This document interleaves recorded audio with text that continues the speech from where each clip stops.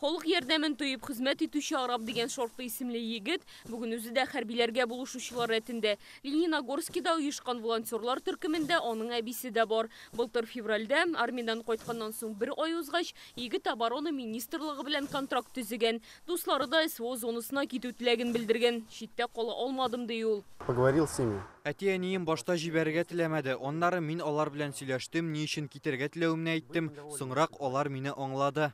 Балачактан табиб булырга хыялланган ул Бөгелмә медицина көллиятен тәмамлаган. Хәзер 23 яшьлек егет хәрби медицина пунктында хезмәт итә. Беренче ярдәм күрсәтү, ярадан кан туктату, авыруларны куркыныч янамаган урынга күчерү кебек бурычларны үтиләр. Хәрби табибларга еш кына үпкә ялкынсынуын дәваларга туры килә ди Арап.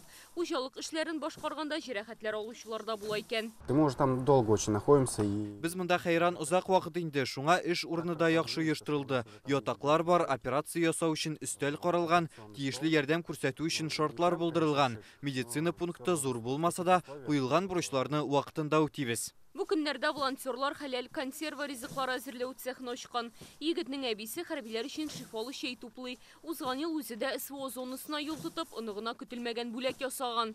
Я, конечно, взяла билеты обратно. Шул ук көнне кире кайтып китәргә уйлаган идем, билет алдым. Оныгым, әби тагын бераз кал инде дип сорады. Өстәлләр әзерләп, шулай иртәнге якка кадәр сөйләшеп утырдык.